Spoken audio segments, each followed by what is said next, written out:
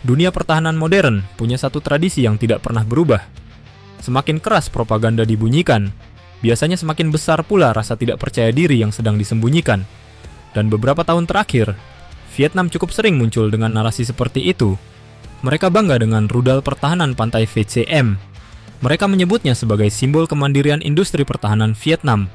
Bahkan di media sosial, tidak sedikit netizen Vietnam yang mulai membanding-bandingkan diri dengan Indonesia. Indonesia dianggap terlalu bergantung pada impor. Indonesia dianggap tidak mampu membuat rudal sendiri. Dan ketika Indonesia membeli BrahMos dari India, sebagian dari mereka malah mencibir, seolah pembelian rudal kelas dunia adalah tanda kelemahan. Padahal lucunya, hari ini Vietnam justru ikut membeli BrahMos juga. Ya, rudal yang dulu dianggap tidak perlu, sekarang malah diburu. Ironis, belum selesai, karena bukan cuma soal rudal. Bahkan untuk membangun belasan OPV 70 meter saja, Vietnam justru memilih impor dari India dengan skema kredit pertahanan senilai sekitar 500 juta dolar. Dan disitulah dunia pertahanan mulai menunjukkan wajah aslinya, bahwa antara propaganda dan realitas seringkali jaraknya sangat jauh. Dunia tempur tidak hidup dari kebanggaan. Mari kita objektif. Vietnam memang patut diapresiasi karena berhasil mengembangkan VCEM. Tidak semua negara Asia Tenggara mampu melangkah sejauh itu, dan Indonesia sendiri juga masih memiliki pekerjaan rumah besar dalam industri rudal nasional. Tetapi masalahnya adalah, sebagian orang mulai salah memahami arti mampu membuat. Karena membuat satu rudal tidak otomatis berarti memiliki kekuatan deterrence terbesar. Dunia perang modern tidak bekerja dengan logika kebanggaan nasional. Dunia perang modern bekerja dengan satu hal, yaitu efek tempur. Dan ketika berbicara efek tempur, BrahMos berada di level berbeda. Rudal ini melesat dengan kecepatan supersonik. Waktu reaksi lawan menjadi sangat pendek. Kapal perang modern bisa tiba-tiba berubah menjadi target yang nyaris tidak punya waktu bernapas. Inilah mengapa banyak negara mulai melirik BrahMos. Karena di era sekarang, kapal perang bukan lagi sekadar soal tonas besar atau radar mahal, tetapi siapa yang lebih dulu menghantam dan siapa yang terlambat bereaksi. Vietnam akhirnya sadar akan hal itu. VCM mungkin cukup untuk membangun kebanggaan nasional, tetapi BrahMos dibutuhkan untuk membangun rasa takut lawan, dan dua hal itu sangat berbeda.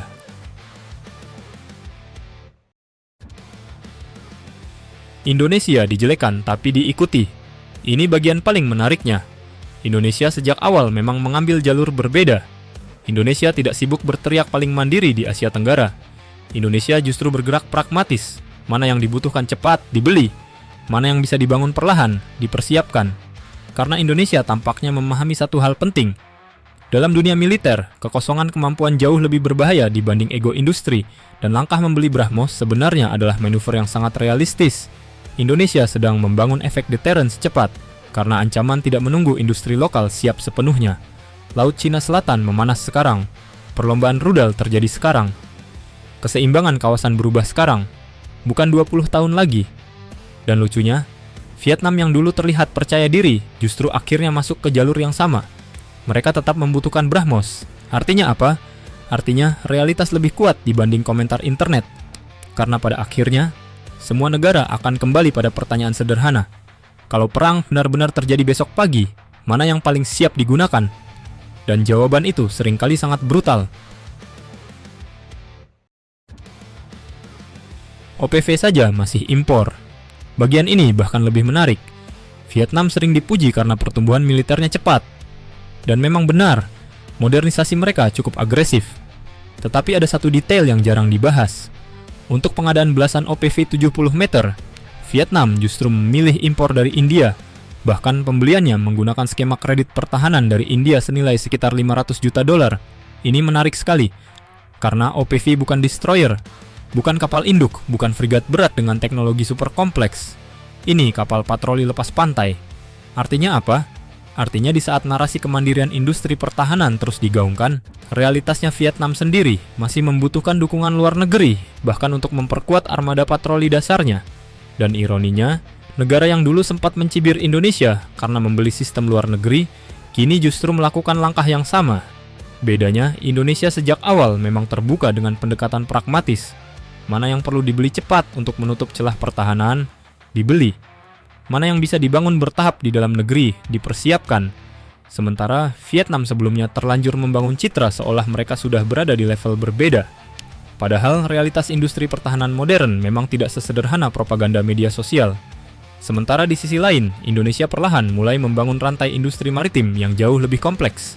Dari LPD, kapal rumah sakit, fregat, sampai proyek kapal kombatan modern.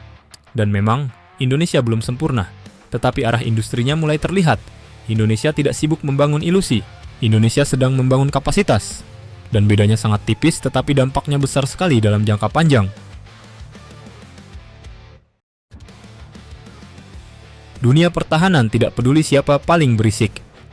Ada alasan kenapa negara-negara besar jarang terlalu banyak sesumbar. Karena mereka tahu dunia pertahanan bukan lomba komentar, ini lomba kesiapan tempur. Dan sejarah militer berkali-kali menunjukkan pola yang sama. Negara yang terlalu sibuk merasa superior biasanya mulai gelisah ketika negara lain bergerak diam-diam tetapi nyata. Indonesia mungkin tidak selalu tampil paling berisik, tetapi lihat arah geraknya. Rafale datang, Skorpene berjalan. Kapal induk mulai terlihat. BrahMos masuk. Modernisasi, TNI Angkatan Udara bergerak. TNI Angkatan Laut mulai membangun efek pukul strategis. Dan semuanya dilakukan hampir bersamaan. Inilah yang sebenarnya mulai diperhatikan kawasan. Bukan siapa yang paling keras bicara di internet, tetapi siapa yang mulai memiliki kemampuan mengubah keseimbangan regional. Karena di dunia militer, rasa hormat tidak lahir dari propaganda. Rasa hormat lahir ketika lawan mulai menghitung ulang risikonya. Dan hari ini, Asia Tenggara perlahan mulai masuk ke fase itu. Fase ketika negara-negara tidak lagi cukup hanya terlihat kuat, tetapi harus benar-benar mampu membuat lawan berpikir dua kali sebelum bergerak.